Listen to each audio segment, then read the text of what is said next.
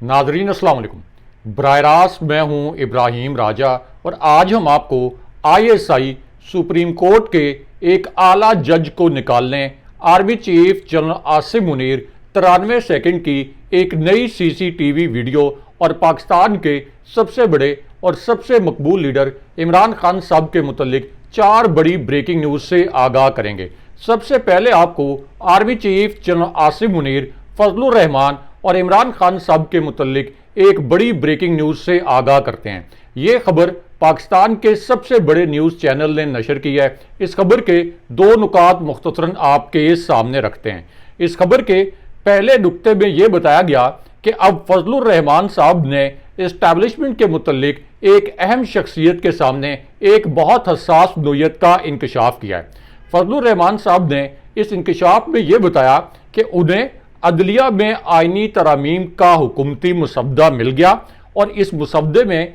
बुनियादी हकूक का दायरा कार इंतहाई महदूद करके फौज के किरदार में बेपनाह इजाफा कर दिया गया था। इसलिए उन्होंने इस आईनी मुसद्दे की हमायत से इनकार कर दिया। लेकिन उसके बाद इस खबर का दूसरा हिस्सा बहुत हसास है। इस खबर के दूसरे हिस्से में यह बताया गया कि फजलुर रहमान साहब ने इस अहम शख्सियत के सामने ये इंकशाफ किया कि हुकूमत जजों की मुद्दत मुलाजमत में तोसी और जजेस की तादाद में इजाफे की तजावीज़ वापस ले रही है, लेकिन वफाकी आईनी अदालत के क्याम की तजवीज़ अब भी मौजूद है। फजलुर रहमान ने यह इंकशाफ किया कि जब आधी रात को मुसद्दे की कॉपी उनको दी गई तो ये कॉपी देखकर वो दंग रह गए, क्योंकि आइन का जो आर्टिकल शहरियों के हकूक का तहफ़्फ़ुज़ करता है उसको इस आईनी तरमीम से निकाल दिया गया था और इसी आईनी तरमीम में फौज के हवाले से एक नया इस्तिस्ना दिया गया। लेकिन उसके बाद इसी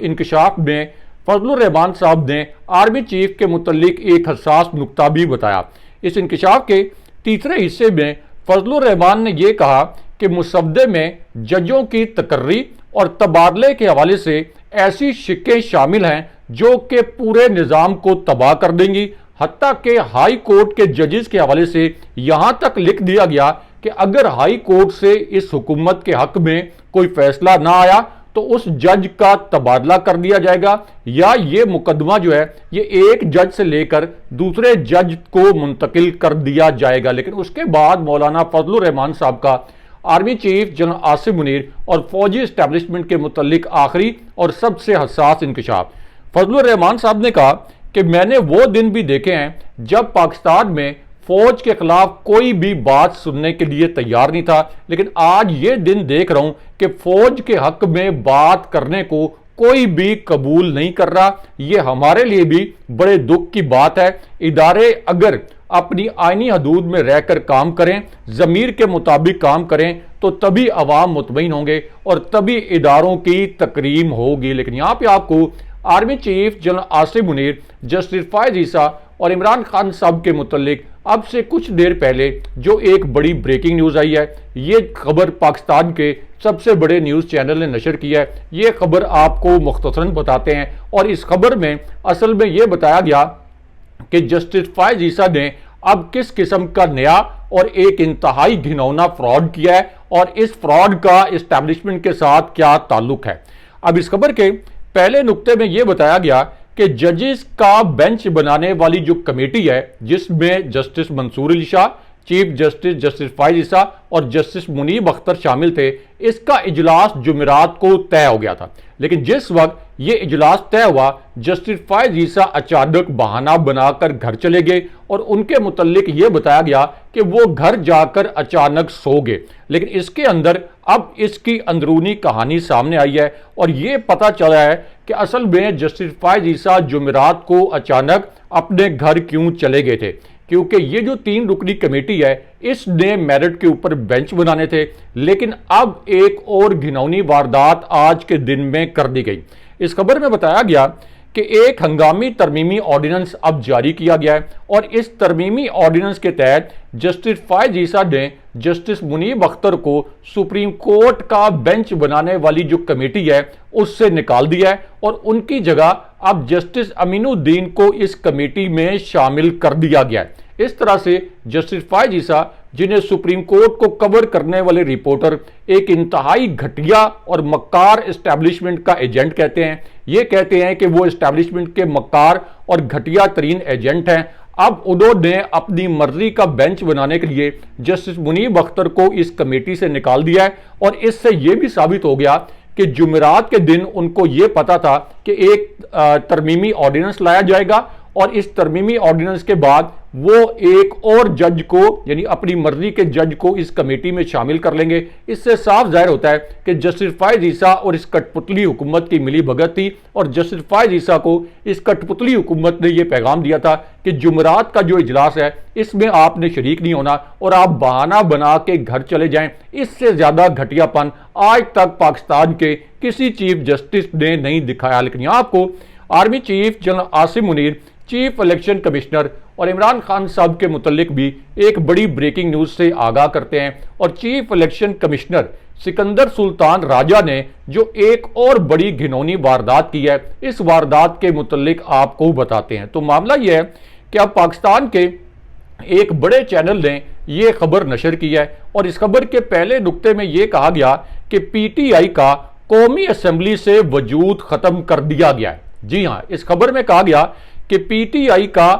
कौमी असेंबली से वजूद खत्म कर दिया गया है क्योंकि स्पीकर कौमी असेंबली असद कैसर ने इलेक्शन कमीशन को जो खत लिखा था उसके बाद कौमी असेंबली के सेक्रेटेरिएट ने अब नई पार्टी पोजीशन जारी कर दी है और इस पार्टी पोजीशन में अब किसके पास क्या नंबर है, यानी किसके पास कितने अरकान हैं, ये नई पार्टी पोजीशन आपके सामने रखते हैं। अब इस नई पार्टी पोजीशन के मुताबिक तमाम 80 अरकान जो हैं, जो कि आप कह लें कि पीटीआई के थे, इनको अब सुन्नी इत्तेहाद काउंसिल का रुकन जाहिर किया गया है। इससे पहले 39 अरकान को तहरीक इंसाफ का और 41 अरकान को आजाद डिक्लेयर किया गया था। उसके बाद यही जो नाम नेहाद नई पार्टी पोजीशन जारी की गई है, इसके मुताबिक कौमी असेंबली में मुस्लिम लीग नून के पास अब 110 नशिस्तें हैं, पीपल्स पार्टी के पास 69 नशिस्तें हैं, एमकेएम जिसने कराची में तहरीक इंसाफ का मैंडेट लूटा उसके पास 22 नशिस्तें हैं, काफ लीग के पास 5 नशिस्तें हैं, इस्तेहकाम पाकिस्तान पार्टी के पास 4 नशिस्तें हैं, मुस्लिम लीग ज़िया के पास, बीएपी और इसी तरह नेशनल पार्टी के पास एक नशिस्त है। लेकिन उसके बाद तहरीक इंसाफ और सुन्नी इत्तेहाद काउंसिल की नशिस्तों में क्या तब्दीली की गई है, ये घिनौनी वारदात भी आपके सामने रखते हैं। अब इस नाम नेहाद नई पार्टी पोजीशन के मुताबिक सुन्नी इत्तेहाद काउंसिल के पास कौमी असेंबली में 80 नशिस्तें हैं, जेयूआई फे के पास 8 नशिस्तें हैं और आजाद अरकान की तादाद 8 है। पीके मैप, बीएनपी मैंगल और एमडब्ल्यूएम की 1 नशिस्त है और एक आजाद रुकने कौमी असेंबली ने मुस्लिम लीग नून में शमूलियत अख्तियार कर रखी है। यानी जो अय्याज सादिक ने एक खत लिखा इलेक्शन कमीशन को कि सुप्रीम कोर्ट का फैसला ना माना जाए पीटीआई को 78 मखसूस नशिस्तें देने के हवाले से, तो अब इलेक्शन कमीशन ने इससे भी 2 हाथ आगे बढ़कर पीटीआई को कौमी असेंबली से अमली तौर पर निकाल दिया है और पीटीआई का जो कौमी असेंबली में वजूद है इसको खत्म कर दिया गया है। लेकिन यहां आपको army chief general Asim Munir और इमरान खान साहब के मुतल्लिक अब से कुछ देर पहले जो एक और बड़ी ब्रेकिंग न्यूज आई है, ये ब्रेकिंग न्यूज आपको मुख्तसरन बताते हैं और इमरान खान साहब को असल में एक हैरानकुन टेलीफोन कॉल किसने की, इमरान खान साहब से अडियाला जेल में मिलने के लिए कौन पहुंचा, इसमें इस्टेब्लिशमेंट का क्या किरदार था, इसके मुतल्लिक एक हसास नोयत का इंकशाफ, तस्दीक शुदा इंकशाफ अब से कुछ देर पहले हुआ है। अगरचे इस खबर को पाकिस्तानी मीडिया ने मुकम्मल तौर पर सेंसर कर दिया, लेकिन हम आपको इस इंकशाफ के मुतल्लिक 2 नुकात मुख्तसरन बताते हैं। अब इस इंकशाफ के पहले हिस्से में इमरान खान साहब ने army chief general Asim Munir का रेफरेंस दिया। उसके बाद इमरान खान साहब ने कहा कि हमें लाहौर में 1.5 साल से जलसा नहीं करने दिया जा रहा है। जमहूरियत तबाह करने का मतलब आज़ादी को ख़त्म करना है। जलसा करना हमारा आईनी हक है, लेकिन उसके बाद आर्मी चीफ और फौजी क़यादत की गारंटी और पैगाम के मुतल्लिक अलग से एक बड़ी ब्रेकिंग न्यूज़ आ गई और एक हसास नोयत का इंकशाफ हुआ। अब ये इंकशाफ उस वक्त हुआ जब अली अमीन गंडापुर साहब को एक बहुत हैरानकुन और नाकाबिले यकीन कॉल मौसूल हुई। अब ये जो कॉल है ये अली अमीन गंडापुर साहब को GHQ की एक शख्सियत की जानिब से की गई और GHQ की इस शख्सियत ने अली अमीन गंडापुर साहब को ये दरख्वास्त की कि आप हमारा एक पैगाम इमरान खान साहब तक पहुंचाएं और ये पैगाम इमरान खान साहब तक पहुंचाना इंतहाई ज़रूरी है। उसके बाद अली अमीन गंडापुर साहब पहले मरले में ये पैगाम पहुंचाने में आप ये कह लें कि कुछ गुरेज कर रहे थे, लेकिन जब उन्हें बार बार कहा गया कि आपने इमरान खान साहब तक ये पैगाम पहुंचाना है तो उन्होंने ये हामी भर ली। उसके बाद अली अमीन गंडापुर साहब को ये कहा गया कि हम आपको इमरान खान साहब से टेलीफोनिक राब्ते की सहूलत भी मुयस्सर करते हैं, टेलीफोनिक राब्ते की सहूलत भी फराहम करते हैं और आप इमीडिएटली खान साहब से राब्ता करके हमारा ये पैगाम पहुंचाएं। उसके बाद अली अमीन गंडापुर साहब ने इमरान खान साहब से राब्ता किया और फिर दो शख्सियात जो हैं ये इमरान खान साहब से अडियाला जेल में मिलने के लिए पहुंची और अब इस मामले पर इमरान खान साहब ने आज के दिन में ये इंकशाफ किया है जब एक सहाफ़ी ने उनसे ये सवाल किया कि आपको क्या इस्टेब्लिशमेंट ने या GHQ ने कोई पैगाम दिया था। तो इस पर इमरान खान साहब ने ये इंकशाफ किया कि GHQ ने या इस्टेब्लिशमेंट ने अली अमीन गंडापुर के जरिए मुझे एक पैगाम भेजा था। उसके बाद दो शख्सियात को सुबह के वक्त जेल में मेरे पास भेजा गया और मुझे ये कहा गया कि हम इस्लामाबाद का 22 अगस्त का जलसा मुलतवी कर दें और उसके बाद GHQ और इस्टेब्लिशमेंट ने यह गारंटी दी थी कि आप अगला जलसा 8 सितंबर को रखें, आपके जलसे में कोई रुकावट नहीं डाली जाएगी। और खान साहब ने कहा कि मैं तस्दीक करता हूं कि हमने इस्टेब्लिशमेंट की गारंटी पर इस्लामाबाद का जलसा वसी तर कौमी मफाद में मुलतवी किया था, लेकिन इस्टेब्लिशमेंट ने हमारे साथ धोखा किया, इस्लामाबाद के जलसे में कंटेनर लगा दिए और इस्लामाबाद के जलसे के मुतल्लिक अपनी गारंटी इस्टेब्लिशमेंट ने पूरी नहीं की। लेकिन उसके बाद ISI और इमरान खान साहब के हवाले से अलग से एक बड़ी खबर आ गई। अब यह खबर उस वक्त आई जब इमरान खान साहब ने आर्मी चीफ के हवाले से एक हसास जुमला बोला। इमरान खान साहब ने कहा कि मौजूदा निज़ाम में जमहूरियत को तबाह किया जा रहा है। मुशर्रफ के मार्शल्लाह के दौर में भी कभी ऐसा नहीं हुआ था और मुशर्रफ ने भी मीडिया और जलसों पर पाबंदी नहीं लगाई थी। खान साहब ने यह कहा कि जस्टिस फायज ईसा और चीफ इलेक्शन कमिश्नर मिलकर धांधली कर रहे हैं, इलेक्शन कमीशन बॉल करवाता है, फायज ईसा कैच पकड़ता है और इनकी जो भी दरखास्तें हैं वो सुनी जा रही हैं, लेकिन हमारी दरखास्तें जो हैं ये मुस्तरद हो रही हैं। लेकिन उसके बाद ISI के एक ऑफिशियल के मुतल्लिक एक वीडियो इस वक्त वायरल हो गई और इससे जो जुड़ी खबर है इसको पाकिस्तानी मीडिया ने नशर नहीं किया, लेकिन हम आपको क्विकली बताते हैं कि इस वीडियो में क्या है। अब ये वीडियो एक ऐसी सूरत हाल में आई जब एक तरफ तो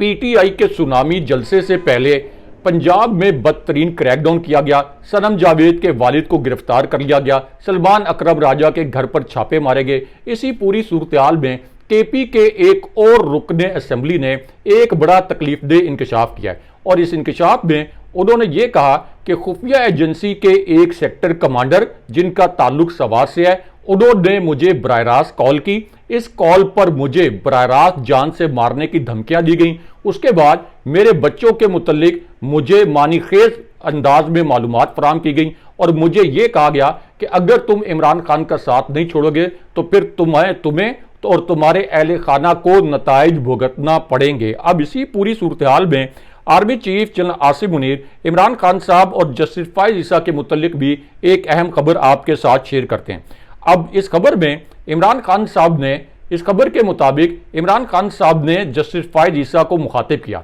उसके बाद खान साहब ने कहा कि जस्टिस फायज ईसा आईनी तरामीम का बराह रास्त बेनिफिशरी है, वो तोसी चाहता है। जस्टिस फायज ईसा इलेक्शन का हर केस अपने पास ले लेता है। काजी की बीवी ने मेरे खिलाफ बयान दिया, इसे तो हमारे केसेस से खुद को अलग कर लेना चाहिए था। लेकिन उसके बाद इमरान खान साहब ने आर्मी चीफ के मुतल्लिक आखिरी और सबसे हसास नोयत का जुमला बोला जिसे मुकम्मल तौर पर सेंसर कर दिया गया। हम क्विकली आपके सामने ये जुमला रखते हैं। इमरान खान साहब ने कहा कि मुझ पर एक बगावत की FIR काटी गई है। इल्ज़ाम यह लगाया गया है कि मैंने फौजी क़यादत के खिलाफ कोई नामुनासिब बात की। उसके बाद खान साहब ने कहा कि मैं हमूदुर रहमान कमीशन रिपोर्ट की बात इसलिए करता हूं क्योंकि आज भी मुल्क में वही हालात हैं। ऐसे हालात ज़ियाउल हक के दौर में भी नहीं थे और पूरा मशरकी पाकिस्तान मुजीबुर रहमान के साथ खड़ा था, लेकिन याहिया खान ने अपनी ज़ात और इक़्तिदार के लिए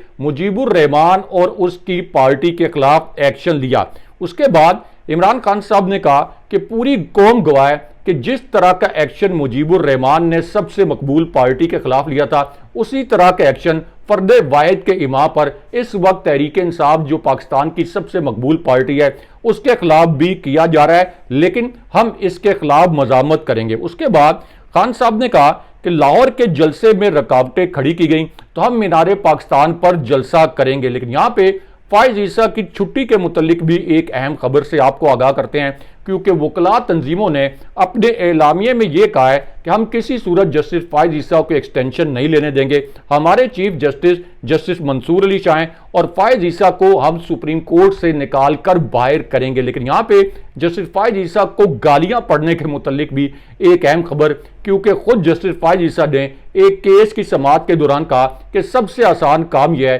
कि मुझे बतौर चीफ जस्टिस गालियां दी जाएं, और उन्होंने इल्जाम लगाया कि सुप्रीम कोर्ट के जो रिपोर्टर्स हैं इनमें कोई 3-4 किराए के रिपोर्टर्स हैं जो उनको तनकीद का निशाना बनाते हैं। यानी चीफ जस्टिस जस्टिस फाइज ईसा जो हैं इस वक्त इतने गिर गए हैं कि बगैर सबूत के वो सहाफियों पर इस किस्म के इल्जामात लगा रहे हैं। अगले प्रोग्राम तक के लिए अल्लाह हाफिज़।